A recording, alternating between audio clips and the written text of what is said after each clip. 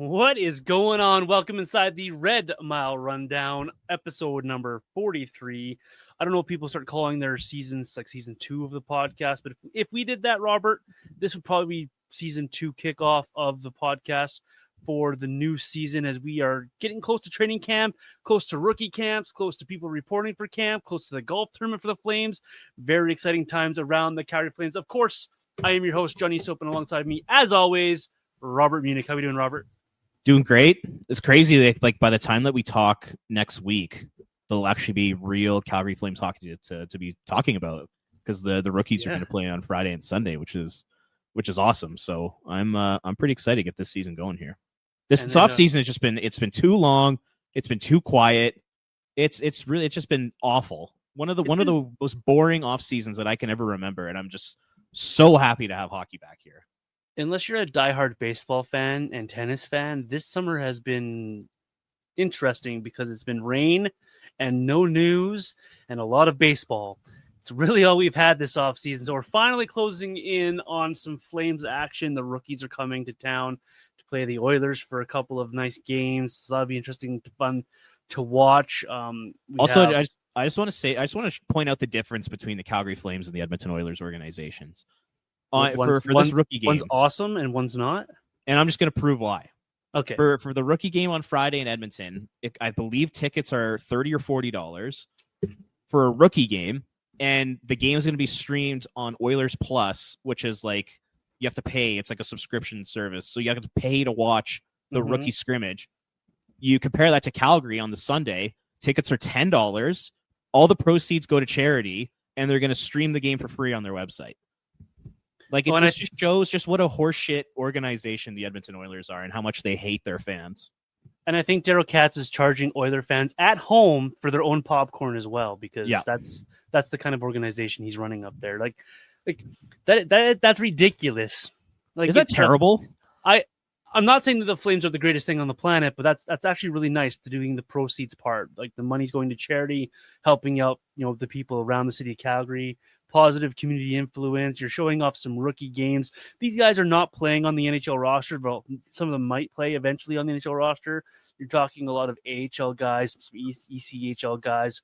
Other guys are probably going to go back to their junior camps. And you're going to charge these guys $35 for a ticket or whatever the subscription price is, and not do anything for charity and make it all about, okay, I guess if that's what you want to do, that's what you want to do. So good on the Flames for making this more of a charity enjoyment, a community building event, because that's awesome. Yeah, and this is perfect for families. It's perfect for people that might not be able to afford NHL tickets. I mean, life is just so incredibly expensive right now. Not everybody can afford to pay, $100 and then, 15 for a beer and then parking and food. People they can't afford that these days. So now being able to go to the Dome and watch, some hockey for $10 there, like, that's awesome. And that's the way this should be. Like, even in Vancouver, they're doing their training camp in Penticton, and on like the Sunday, they're doing a scrimmage. They're charging fans $40 to go watch a training camp scrimmage. Like, it's just like, how greedy are these teams getting? Like, it's just gross. It's awful. It's ridiculous. Flames are also, that game on Sunday is in Calgary. It's only at 4:00 in the afternoon, so that's very family-friendly time of day for a lot of people. Go take your kids out to see this awesome Prospects game, and then you're home in time to get them ready for school the next morning. Like, that's perfect for the Flames. And if I was in Calgary myself, I think that's exactly what I'd be doing as well, because that's awesome. So looking forward to those games. Looking forward to watching the streaming for the Flames games and watching those prospects. Try to impress. Try to impress before rookie camp opens and real camp opens. Try to make their name for themselves here. Let's dive into some new stuff here, Robert, real quick. Couple of things we got to catch up on that happened since the last podcast. We've had a signing, and we have a new coach in tow for the Flames. So Connor Zary signs a 3-year deal, just over $11 million in total dollar value. Pretty good deal for Connor Zary, 3.775 AAV. Pretty much in line with what we've been saying all along, Robert, on this contract. I like this deal. Now we can come to camp here. He can have himself a full camp, an opportunity to showcase what he's doing, and to make sure his knees okay, to make sure that he's ready to go. So good contract here for Connor Zary. Yeah, I think so too. I mean, I think it's good for both sides. it allows Calgary to have 3 years to kind of figure out what exactly they're going to have long term in Connor Zary, whether he's going to be a top 6 forward, a center, a winger, a more defensive guy. We just, as of this moment right now, we just don't really know because he hasn't played a full season in the NHL yet. He had the injuries last year. It's a crowded forward group. There's not really a spot for him penned into the lineup this year. So, it's good for the Flames just to have the time to figure out what he's going to be. So, yeah, I mean, like we were talking about, I think both of us were saying, just get this deal done, get it in the 3.5 to 4 million range. It's right in the middle of those two things. I don't know why this deal took so long to happen. You hope Connor Zary's not pissed at the Flames because he thinks that he deserved more money than what he got. You hope that the relationship there is still good. But yeah, I mean, overall, I think it's a fine deal. And like I said, it's just going to give them time to figure out what the heck this guy is. And then Flames went ahead and they some unfortunate news for Brad Larson, that he had to step away from the team for some family reasons, and thoughts out to him and his family, whatever they're dealing with. I don't know. I haven't asked. I haven't heard. Not for me to say, but good luck to the Larson family. Wish them the best and all the well, which opened up a hole on the Flames coaching staff. So they went out and added themselves a guy who used to coach for this team, who played for this team. Dave Lowry, hired as an assistant coach for the Flames, I think fits in quite nicely with the Ryan Huska staff and what he brings in his experience behind the bench as well. Much a nicely added veteran behind the bench for the Flames here. What'd you make of the Dave Lowry signing for the Calgary Flames here? Yeah, I mean, it makes nothing but sense. You take a look at the rest of the coaching staff, and Ryan Huska doesn't have a lot of NHL experience. Kane McLean doesn't. Trent Cull does not.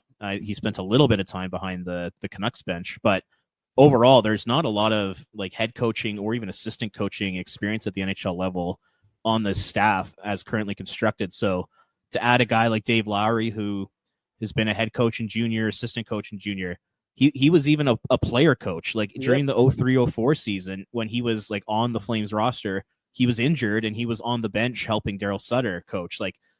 This guy has so much experience, interim head coach in the NHL, associate coach in the NHL. He's done it all. So yeah, I think it's a really smart signing by the Flames. Adding that type of person to the organization, I think is great. I think it brings credibility. I think Dave, I think he really commands a room and he commands respect, which I really appreciate. And he just seems like a really good dude too. So yeah, I'm more than happy with the decision. It'll be interesting to see what exactly his role is going to be. I don't know if they've announced that yet. Mm-hmm. But yeah, I think it's a smart move by the Flames. Dave's a good person and a good leader and been around the game his whole life. So I think it's a super smart decision by the team. And yeah, it's like a bit of a homecoming. I mean, I think he, between his time with the Calgary Flames and the Calgary Hitmen, he lived in Calgary for probably around 10 years. This is kind of his second home almost. And I know he still does actually. Oh, perfect. And yeah, the interview he did with Pat Steinberg on the Fan 960 last week, he said they make their home in Calgary still. So nice. So kind of a local tie as well for Dave Lowry. Yeah, it's great. I mean, yeah, they raised their kids here, and yeah, so this is awesome. I'm excited to have him back. Yeah, that's good. It's good. I like how they worded it as well on the Fan 960. Pat Steinberg called him the deputy to the sheriff of Ryan Huska, and I like that. Yeah, I like that as an opportunity. So a guy that comes in here with some experience and help this coaching staff as well. So that's nothing but positives for the Flames there. So they look set at their coaching staff. They look set on their roster. They look set with rookies coming to town soon. The golf tournament, I believe, recording this on Monday, is tomorrow, so Tuesday. So we're getting into it really, really, really quick, Robert. So now is a great time for us to have a conversation about this season coming up, Robert, about what we expect from the Flames here. And kind of they have this goal of they want to be in the playoff mix. They want to be a playoff team.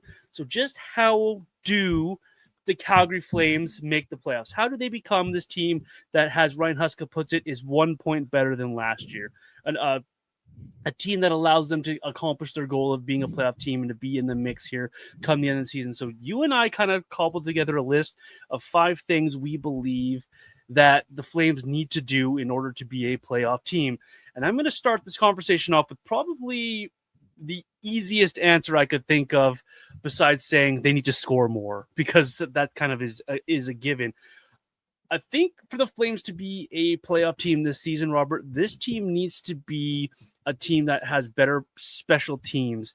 And yes, the power play and the penalty kill both improved as the season went on last season, but they ended the season with the 19th overall power play at just 21%, which I guess some people would call that a good power play. And they ended the season on the PK with the 25th PK at 76.1%, which, yes, we saw it got a lot better at the second half of the season, especially in the last little stretch there after the Four Nations face-off. But a nice stretch and a good season on the special teams are two vastly different things here. I think the Flames need to find a way to get themselves into, I don't want to say top 10, because that's a lofty goals. You're talking about some really good power plays out there, like what Vegas can throw over the boards, like what Edmonton can throw over the boards, but the Flames can get themselves in the upper half of the league in the power play, and definitely you want a top 12, top 13 penalty kill to pair with that. Putting yourself in a situation to, make things easier for yourself. So if you have a power play that's in the top half of the league, you're clipping around that 23, 24% range, get a PK that's close to 80%. I think you're humming along here. You want to make sure that you have both sides of the puck on special teams working to make it easier in your 5-on-5 play. This Flames team struggles to score 5-on-5. They just do. They have since, I don't know, Pierre Pagé was the coach way back in the early 2000s. They just have struggled to score 5-on-5. So if they can get a little bit of help from the power play, they have the personnel that should be able to score on the power play, and get a little help defensively on the PK, this team could go a long way to pushing their chips to the middle here to become a playoff team. So for me, point number one, get your special teams off to a good start and be consistent on them. We don't want this hot run and then go cold. You want a consistent power play, a consistent PK. Should go a long way to helping the Flames be a playoff team. 100%. And I think like the one thing you said there that I really liked was like the fact that the Flames, they're gonna have to find different ways to win hockey games, because they're not like the traditional team with superstars that can score a bunch of goals at 5-on-5 and can win games in 3-on-3 overtimes and shootouts. Like, this team's going to have to find different ways to win games, and a couple of those will be scoring on the power play and being a good penalty kill team. And like you said, they finished the season very strong on the penalty kill. Yeah. I was doing some research for an article last night, and I saw that from March 1st until the end of the season, which I believe was 22 games, the Flames were the best PK team in the NHL at 87.2%, and the next closest team was the Canucks at 85. Mm-hmm. So like they were the best by like 2%, which is really, really impressive. So, like I said, they're going to have to find different ways to win, and special teams is going to have to be, a big one for them, particularly the penalty kill. Like, if they can be in the top 10 of PKing, that's going to go a long way. And like you said, like, I just don't know if they have the talent to be a top half of the league power play, but if they can be like in the teens, like if they could be in like 19 through 17 or 16, like in that range, that'll go a long way in helping them make it for sure. For sure. They took a lot of penalties last year too. They were the 8th most penalized team in the league, according to the ESPN stat that I found here, at 756 penalty minutes. So if you're going to be a top 10 penalized team, you got to make sure your PK is also got to be close to that top 10.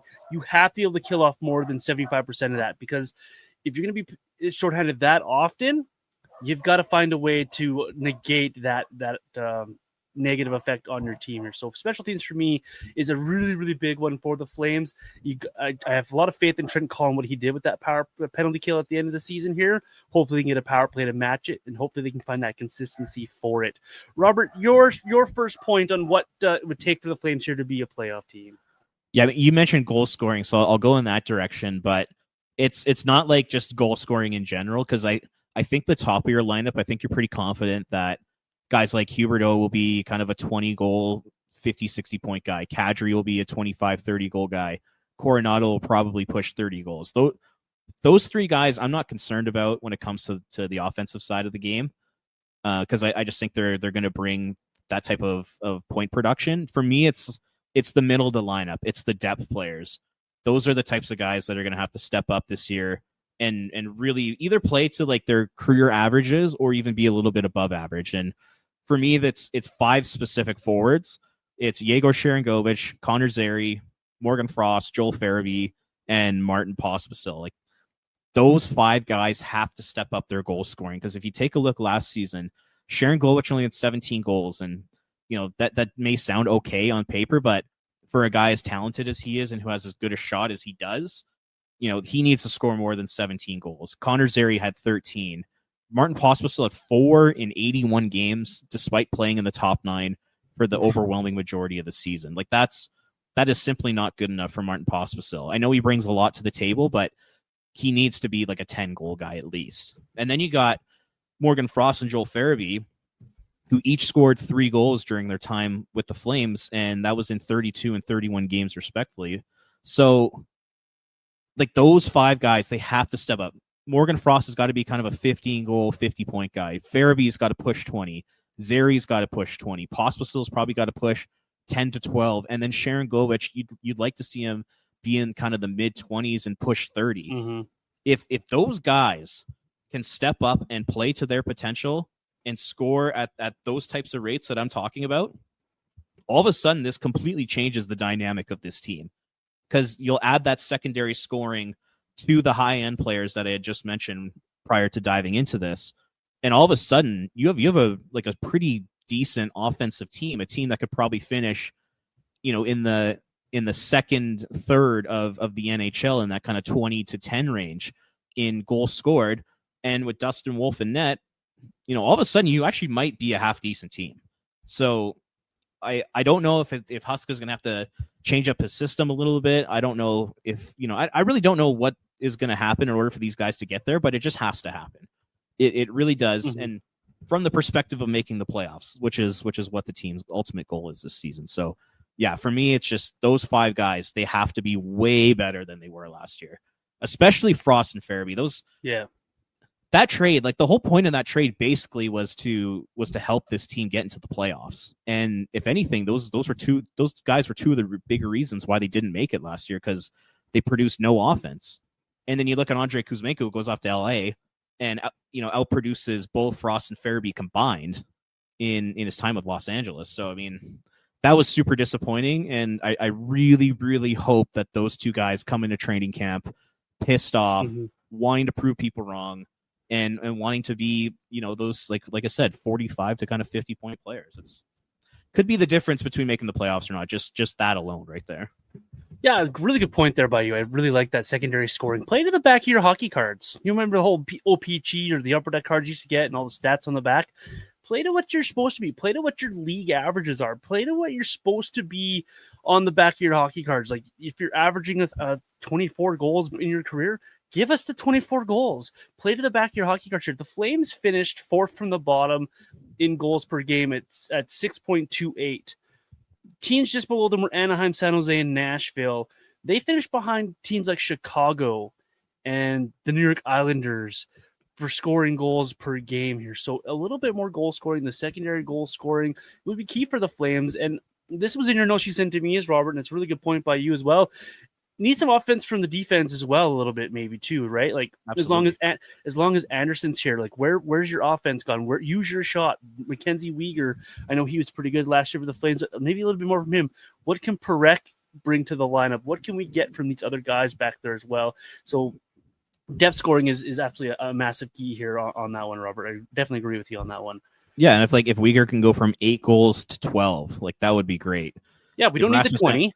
We don't need the 20, but give us 10 to 15. If Rasmus Anderson can continue to get in the double digits, that would be great. Like you said with Zane Parekh.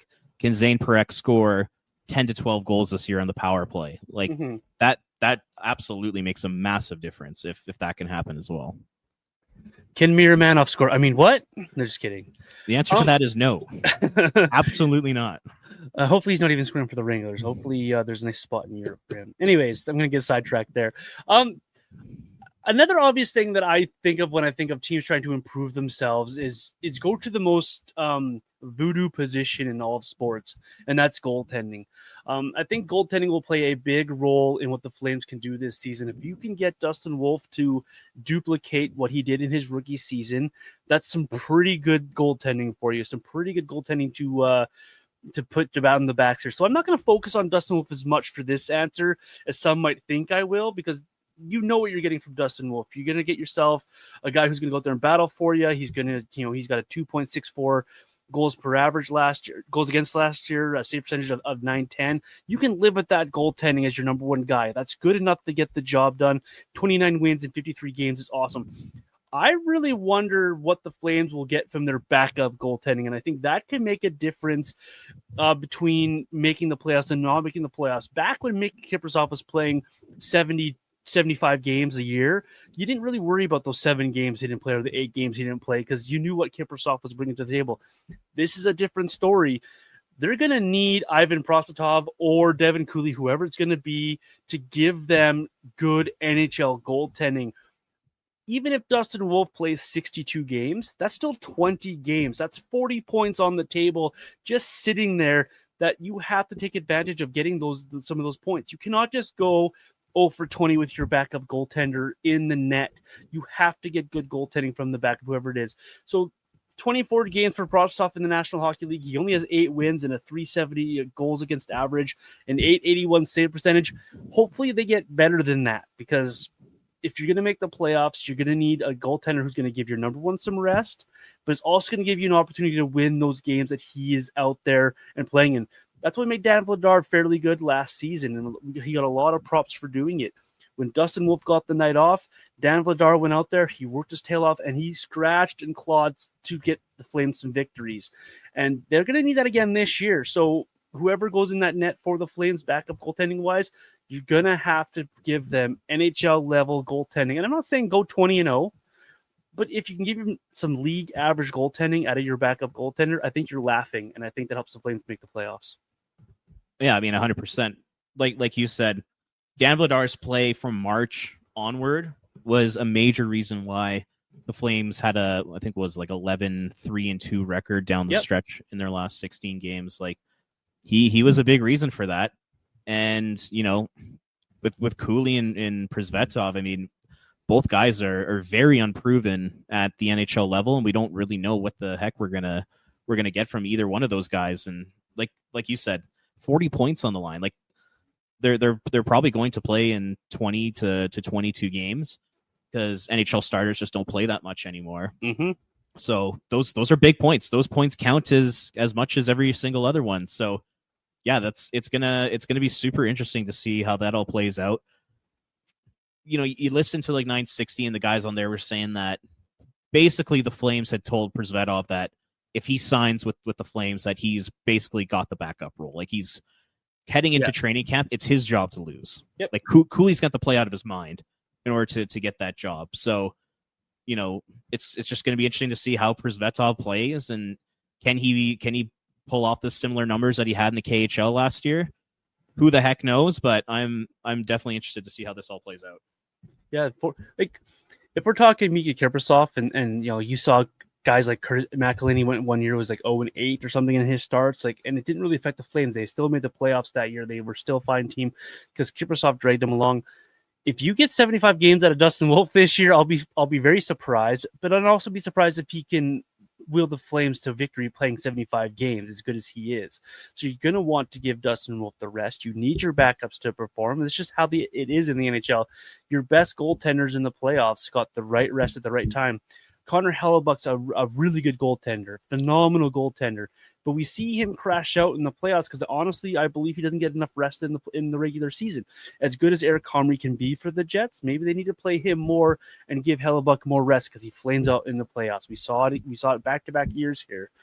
So I think the Flames have to get a lot of good play out of their backup goaltender. And again, if you're getting a 900 save percentage and a goals against average of just under 3, you can live with that type of numbers out of a backup goaltender because you have an opportunity to win those hockey games.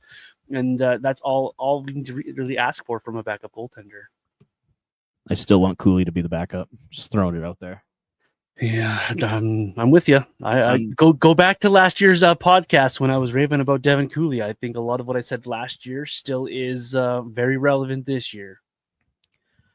But it just feels like that he's not going to get it. Like I think that injury that basically derailed his second half of last year. I think that really put a dent in his chances to become the backup. If it was the opposite, like say he got injured at the very beginning of the season and then in the second half turned it on and was playing like an MVP caliber, it's a completely different story heading into this year. I guarantee it.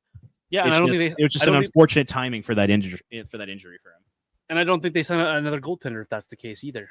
I think you're probably right. I really think that injury and his play down the stretch really soured the Flames goaltending department, and it got to the point where they had to sign Prisvetov and basically tell him that it's his job to lose, which really sucks because I was cheering for Cooley. He just seems like a great dude, and I was so impressed with him, not only in training camp last year, but also just the first 3 months of the AHL season. He was so good.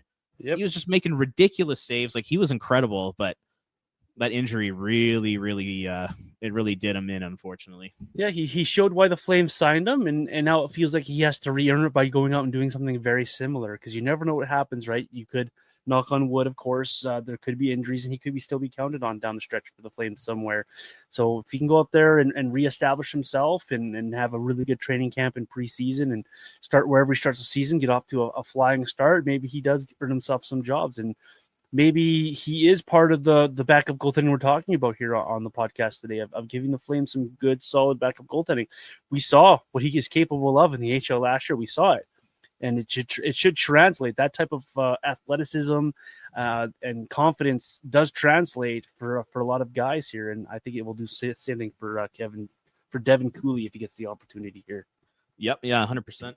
All right, your second point there, Robert. So it has to do with the defense, and it's basically that this upcoming season they can't have a defenseman have an off year. So you go back to last year, and it was Rasmus Andersson. As we all know, he struggled mightily last year. We don't really know why. I know down the stretch there he was playing through an injury, but everybody plays through injuries. Like Mackenzie Weegar was basically playing through a broken foot in the middle of the season, but nobody talked about that. But Anderson plays through a broken foot at the end of the year, and he's a hero. I don't know how that happened, but give him the Norris. So like last year, like I know plus minus isn't the best stat, but he was minus 38. Not even the next closest Flame, but just like the next closest defenseman was Tyson Barrie at minus 7. Barrie. How do you go from your one defenseman being minus 38 and then the next closest defenseman being minus 7? Like, it doesn't make any sense to me. So, we saw him struggle. There were a lot of bad reads in the D zone last year. There wasn't a lot of offensive generation outside of the first month of the season. He looked off, and I don't really know why that was. There are times when players just have down years. It does happen to players, but if the Flames want to make the playoffs this year, that can't happen again. Like a guy like Mackenzie Weegar cannot have an off year. A guy like Kevin Ball cannot take a step back. Anderson has to get back to just playing at his career average, like he was, the previous 4 seasons to last. Joel Hanley has to step up. He has to be the player that he was in the second half of last season. And then you're going to need Zane Parekh to produce some offense, and you're going to need Braden Pahal and Jake Bean and those types of guys to just give you solid minutes. I don't think that this D-core is good enough where one guy, particularly in the top 4, can have an off year and this team survives. I really don't see it happening. Last year, if Rasmus Andersson was just like normal Rasmus Andersson, they easily make the playoffs. Make the playoffs. Yep. No doubt in my mind, because he probably would have got an extra 10 to 15 points and would have been on the ice for a lot of goals against, fewer compared to last season. So this year, it's like they have to play to their career average. They have to play above average. What they can't do is have like the worst year of their career. They can't have that serious drop off like Rasmus Andersson did last year. I think that's going to be critical for this team if they want to make the playoffs. They need guys to step up as well, right? On paper, this defense to me is not great. It's not great. And if you trade away Rasmus Andersson, you're 2 top 4 defensemen away from having a top 4. So you need guys to come out here and to provide you with solid minutes. You need Mackenzie Weegar to go out there. I don't think you need a career year from Mackenzie Weegar, but you need a nice solid season like we saw last year from Mackenzie Weegar. You need Kevin Ball to build on what he did last year. You're praying that Hanley can give you what he gave you at the second half of last season. You're praying how Pahal started last year, you can get out of him for the full season. Jake Bean can be an average NHL defenseman who can give you positive minutes. And you're hoping that a rookie or two, starting with Parekh, can come in here and give you NHL minutes as he continues to learn the league.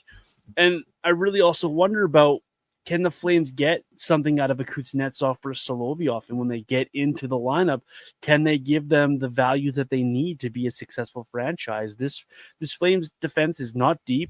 There's a lot of names there, but I don't think they're deep in far as in terms of skill and elite defensemen. They just don't have Norris guys on the back end there. They just don't have them yet. We'll see what Parekh can become. We'll see what Brstavich can become down the line. But they have these guys that should be good enough to defend at the NHL level. We saw some really good pie play out of Kevin Ball at times last year. We saw Hanley play above his abilities last year. Mackenzie Weegar, we're all in love with Mackenzie Weegar. Well, you need to see more Mackenzie Weegar. Keep going, guys.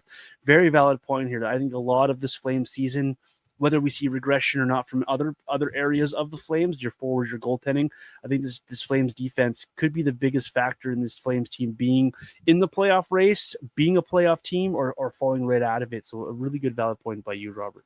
Yeah, I mean, just kind of straight up, they just don't have the elite talent that can carry a defense core right now. I mean, yeah, they don't have the Quinn Hughes or Cale Makar, Miro Heiskanen, all these top end defensemen in the NHL that can carry a pairing by themselves. Like, you can put whoever you want beside them and they're going to dominate their minutes.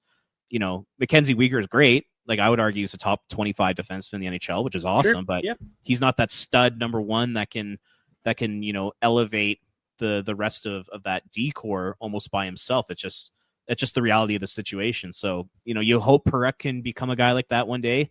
You hope maybe one of Muse or Brstavich or Warren or all these kinds of guys, maybe they can become a top pairing defenseman one day. But for this season right now, it's not a deep group. It's not the most talented group. So that's why all of them, they're going to need to all play really well this year if they're going to want to make the playoffs. They can't have that fall off. We talk about what Rasmus Andersson can bring to this lineup. We talk about what you need from Rasmus Andersson this year, which brings me into my final point here, Robert, is if and when the Flames do move Rasmus Andersson, Craig Conroy needs to capitalize on the assets.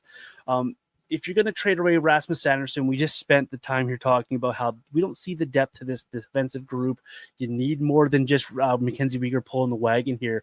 I think trading Rasmus Andersson, like they say they're going to do no matter what, is going to be a very big turning point in this Flames season. So I think Craig Conroy holds a lot of keys in what he's going to do with this Rasmus Andersson move, that he has to capitalize the asset. And I'm not saying you make sure you bring back a top two defenseman in that type of trade, but you got to make sure that you're in a position to continue to help your team progress towards the playoffs. It's going to be a fascinating trade when and if it happens, to see what the Flames get back for Rasmus Andersson, because if you're in a playoff spot and you want to be a playoff team, you're taking away what should be your second best defenseman out of this lineup. And you do that across the league. And a lot of these playoff bound teams, especially those fighting for the wild card spots, they're going to struggle to continually be in that situation, in that spot, because you're taking away the second best defenseman. That's a minute muncher. That's a point producer. That's a leader on your back end. And so for me, I think a really big key to this Flames season is, if they're true to their word of we want to be a playoff team and we're going to do everything in our power to be a playoff team, you got to maximize Rasmus Andersson. And I'm not sure how you maximize Rasmus Andersson and continually put yourself in a playoff chase, in a playoff race. So that for me is very interesting how they're going to do it. And he's not the only one, Robert, either. Any other moves, maybe there's another move he's going to out there make to help bring in a defenseman for the Flames. Make sure that you're being smart about your asset management in season for this Flames team, knowing your goal is to be a playoff team. Defenseman out, defenseman in. It's got to work somehow like that. So it'll be interesting to see how Craig Conroy juggles his assets and tries to maximize what he has here in Rasmus Andersson and other guys here.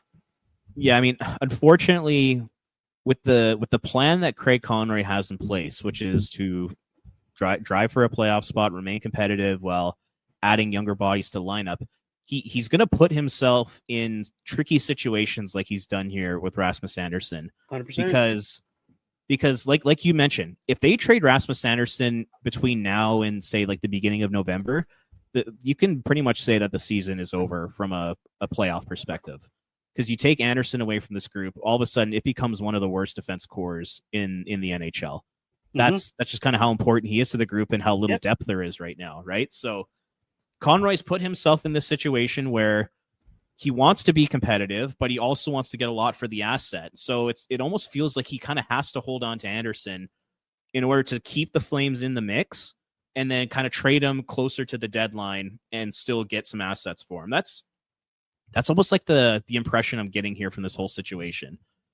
So yeah, it's tricky. And if the Flames were a little more forward thinking, and if they were building a little bit more towards the future and were willing to, not be super competitive and driving for a playoff spot for a few years, Andersson probably would have been traded by now.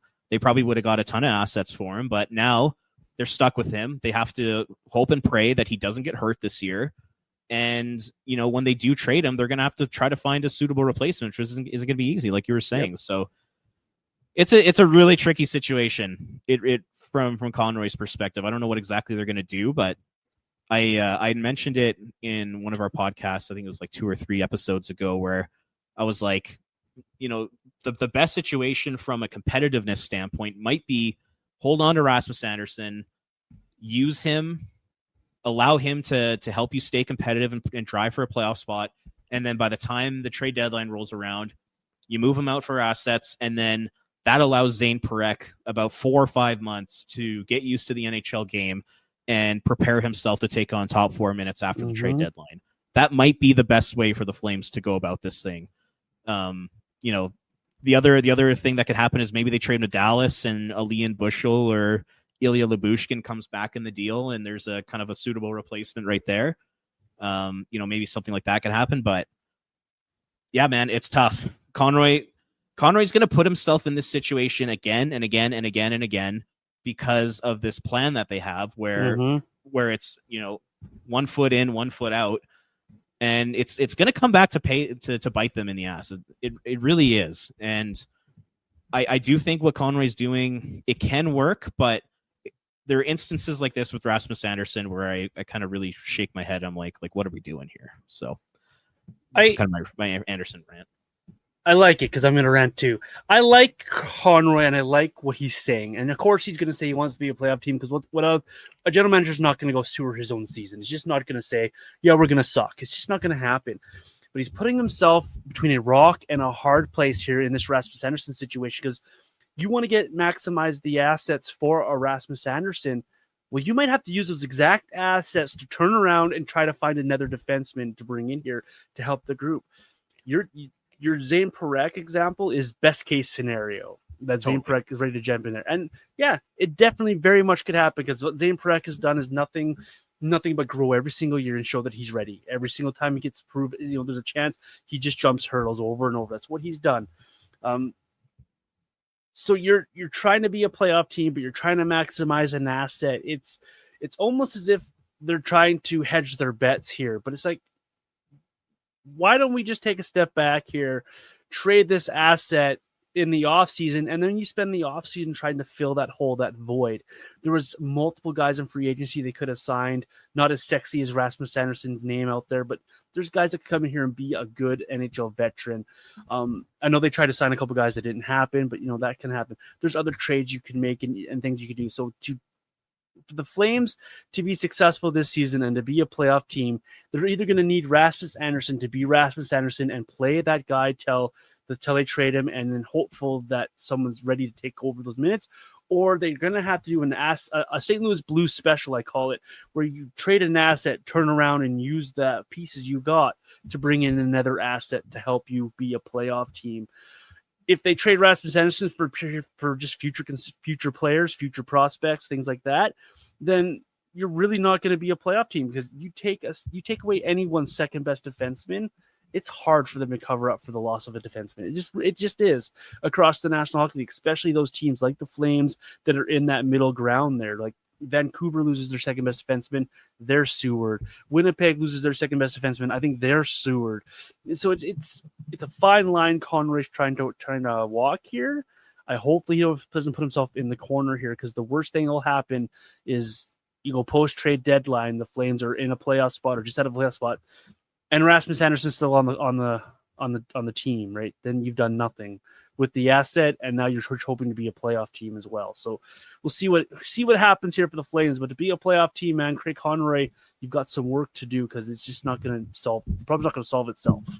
Yeah, and like just the last thing I'll add to this conversation is, I'd mentioned that, maybe the best way of going about this from a competitiveness standpoint is holding on to Anderson and then moving him at the deadline, and then you put Perek in. But here's the thing that worries me, and we've talked about this before. It's just, what happens if this team is in a playoff spot come the trade deadline, and now all of a sudden, that's Craig Conroy, he has Rasmus Anderson on the roster.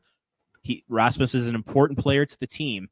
Craig Conroy is now in the position where he has to be the bad guy, and he has to make the tough decision that's going to piss off every single player in that locker room. Mm-hmm. And I don't know if Conroy is going to do it, because Conroy was a player, and he'll put himself in those guys' shoes and be like, if I was Mackenzie Weegar, Michael Backlund right now, or whoever it may be, I would be pissed if they traded Rasmus Anderson, because we're trying to make the playoffs. We're playing our balls off all year to put ourselves in the position to be where we are. And now you're going to take away our second best defenseman? Like, are you kidding me? Can Craig Conroy handle making a decision like that? I think it's a fair question to ask, because he is a player's guy. Like, he's like a player's general manager. He was a player. He's been in their shoes. Come the deadline. Like, what if the players tell him, like the leadership group goes and meets with him and says, do not trade Rasmus. We're in a playoff mix. The culture is great. And in order for the culture to remain where it is, we can't move out a guy like Rasmus. All of a sudden, Conroy's in a really tough situation. And once again, this is why you need to get ahead of these things instead of holding on to these players for so long. It's because he's going to put himself in difficult situations that's going to make him really uncomfortable. And who knows what's going to happen. And he might even have pressure from ownership, like not even just the players. He might have pressure from ownership to keep a guy like Rasmus around. And whether that means holding on to him for a playoff run or paying him $8 million on an 8-year extension because Murray Edwards wants to get in the playoffs so bad. Like, those are real possibilities when it comes to this guy. And I hope it doesn't get to that point. I really don't, because for the long-term sake of this franchise, you can't be letting guys like Rasmus dictate future plans and all that kind of stuff. You really can't. We've seen this movie before more than once. Yeah, we have, for sure. That's what gives a lot of Flame fans pause. It's what gives me pause. That's why I was so adamant around the draft. You got to take advantage of the opportunity. You got to take advantage of the situation, because they say they're going to trade Rasmus no matter what. But I'm with you, Robert. What happens if this team is the first wild card come the trade deadline, and Rasmus Anderson's having himself a pretty good season? He's up to say he's got 12 goals and 40 points, and he's showing that he is Rasmus Anderson again. What do you do? Like, what do you do? Do you have the gall to trade that guy still and maximize the effort, and then sewer what you guys have been doing so far this year? They're going in. I never got when the Flames were saying that they were comfortable going into the season with Rasmus Anderson on the Flames. I understand he's got a limited no trade and he nicks to trade somewhere else. It doesn't matter. There's still 26 teams around this league that he can be traded to. 25 teams that he can be traded to without saying no. And yeah, you want an extension if you're a team acquiring Rasmus Anderson, but at the same time, there's teams out there that'll take a rental. There are teams out there that you can make a trade with. There are teams out there that you can talk to. And so you get one less draft pick, or the draft pick's a third instead of a second in part of a deal. Those are things you have to try to maneuver around if you're Craig Conroy. Now you're putting yourself in one of the worst situations you can do. And I pray and hope that this Flames team is successful, because I'm a Flames guy. That's what I like to see. I want to see this Flames team in the playoffs. I love Flames playoff hockey. It's a lot of fun. But for the sake of Craig Conroy, you kind of hope that they're not in the playoff mix, because it'll make his job a lot easier. But at the same time, you got to play that ball now. You've played your cards, and now you've got that distraction to the trade deadline or whenever you make this trade, and you're hoping that you can maximize these assets, that someone else can step up and maximize that role that Rasmus Anderson plays for you to be what you want to do at the end of the year, and that's 1 point better than last year and be a playoff team. It's hard to see them playing both sides of the column here, but that's what they're trying to do, and we'll see how it works out here, Robert. Yes, we will. All right, let's go do something fun now, Robert. We've had our Series Flames conversation. We've had our rants, and it was a great conversation. But you went to social media today and asking for some listener questions and such so forward. So what do our listeners have for us here on social media? Yeah, I mean, just number one, thank you to everyone that submitted a question. That was great. I was messaging John before the episode. I'm like, should we do this? Like, is anyone even going to respond? And yeah, we got a lot of great questions, so I really appreciate it. Thank you. We'll start with Calder Zary, which is a great name. His name's awesome. Tyler Markle. He asks, what is a realistic floor and ceiling for the standings this season for the Calgary Flames, in your opinion? And then he mentions, I can only see this team being somewhere in the middle again. So I'll throw it to you. What do you think is a realistic floor and ceiling in terms of points in the standings this year for the Flames? Someone's been around the Flames a long time saying that he only sees the middle because, well, that's kind of where I see it as well.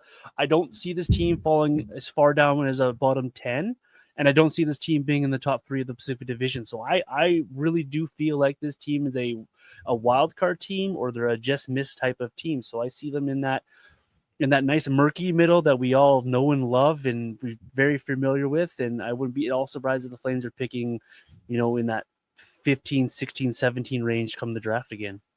Yeah, I don't disagree with you. I would say the ceiling for the team is, in terms of points, like if Dustin Wolf continues to develop and he continues to grow his game, and then you just add a little bit more scoring to this team, like those guys in the middle 6 I had mentioned earlier in the episode, I do think they could be like 100-point team, but so much has to go right in order for that to happen. So I'll say their ceiling, like this is like if pretty much you're checking boxes for everything that needs to go right for this team. If a lot of them are checked, I could see this team pushing 100 points in the standings and maybe 3rd in the Pacific Division, and then a floor. I think they're one injury away from being a train wreck.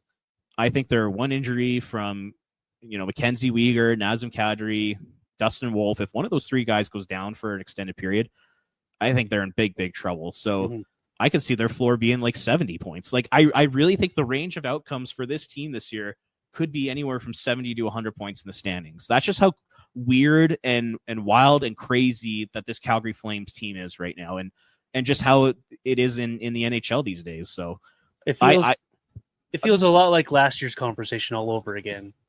Even heading into the year, I didn't think their ceiling would be as high as it was. Like I thought their ceiling could have been maybe like 88 or 90 points. Yeah, fair. So I think the bar has been raised because of what they did last year, but I would agree with you. The most realistic place that they're going to finish in the standings is in that mushy middle again, for sure. Come on, 9th spot. All right, next question. We got Matt Sopkow on Twitter. He asked, does Nazem Kadri finish out his contract with the Flames? If not, when is the best time to trade him, balancing the team's desire to remain competitive with a declining return the older he gets? So do you think Nazem Kadri finishes out this contract with the Flames? And if not, when do you think they're going to move him? I believe Kadri's got 4 years left on his deal, making $7 million a year. So do you think he finishes that deal in Calgary? Oh boy, that's a good question. If they don't trade him by the draft, then yes. I think if he has any sort of a down season this year for the Flames and he's not nearly what he was last year, I don't think there's as much value there for a guy like Nazem Kadri. The way he talks about being in Calgary and he chose Calgary and he wants to be part of the solution here in Calgary, the way Craig Conroy talks about how they love having Nazem around, I think he does finish this contract out in Calgary. He's won his cup, so maybe that helps him stay in Calgary as well. But if I were the Flames on the flip side, I'd be trying to move him. I would have really tried to move him based off what he did last year, because that's a lot of value walking out the door right now if you don't trade him right around now, because I don't know how much we're going to get more out of Kadri. Like, I'm not saying he's going to fall off this year, but is this the last year you get of solid, good Nazem Kadri before the decline hits? Because Father Time's coming. And when it hits, I don't think it's going to be pretty for Nazem Kadri. I really don't, just based on the way that he plays the game. But I don't know. I think he does finish the contract out, though, because I don't see the Flames making that move. I'll go in the other direction. I'll say that he does not finish the contract in Calgary, and the reason why is because he is such a competitive guy. And like not to be a downer, I still think the Flames are a long way away from being a true competitor. You know, they're the type of team that can sneak into the playoffs right now. I don't know if that's good enough for a guy like Nazem Kadri. Like I really think that whether it's this summer or next summer, he will go to the Flames at some point and he will ask them to be moved to a contender. And because he has that full no move, he's going to have, you know, full reign on that decision making process. And I really believe that, yeah, either next summer or the summer after that, Kadri's going to go to management and say, trade me to a contender. I only have a few years left in my career. I want to win a cup. I don't think the Flames winning cycle lines up with Kadri's contract, if I'm being totally honest. So I'll say no. I'll say that he does not finish as a Calgary Flame. I like your line of thinking more than mine, but I've seen this before with the Flames, right? So I'm a little bit more down on Flames moving out guys like that because I've just seen them hold on to guys too long, and it's just guys finish out their career. We've seen it more and more than once, and it kind of makes you a little bit jaded when it comes to guys like Nazem Kadri. Good player, good guy. I brought a lot to the Flames organization, so hopefully we get more from Nazem Kadri here. All right, next question's from Sea of Red Central. It's kind of a similar sort of question that we just talked about with Kadri, and he had said that there seems to be an abundance of teams in the NHL looking for a second-line center, which is very true, especially in Canada. When you look at the Canadians, the Jets, the Canucks, you know, those are three teams that are in desperate need of a second-line center. So he basically asks, like, if the Flames fall behind early this year and they're out of a playoff spot, is this going to be the year to trade a center? So whether that's Kadri, whether that's Backlund, whether that's Frost, if they fall behind the standings and it's pretty clear that they're not going to be a playoff team, is this the year to move out one of those guys? Justin, that's a great question. I like Justin. He's a great follow on Twitter.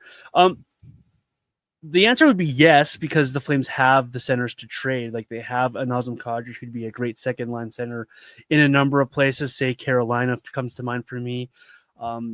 Frost could be a nice depth add for somebody if they're ready to go down that road. So it definitely would be something that I would look at if I was a general manager. I just don't know if the Flames are that team that are going to do that type of thing.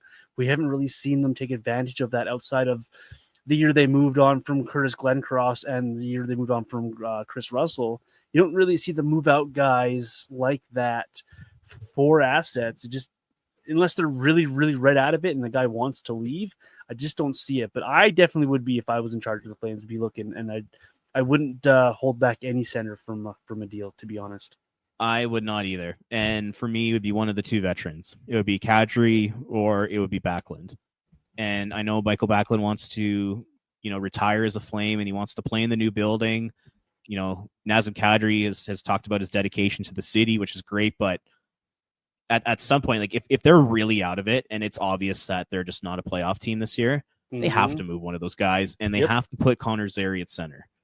They can't quit messing around with Zary in his position. They have to put him at center and give him a legitimate chance to be there. So yeah, if they're like way out of it, like we're talking bottom 5 of the league and in December and like there's really no hope, yeah, I would seriously look at moving one of Backlund or Kadri for sure.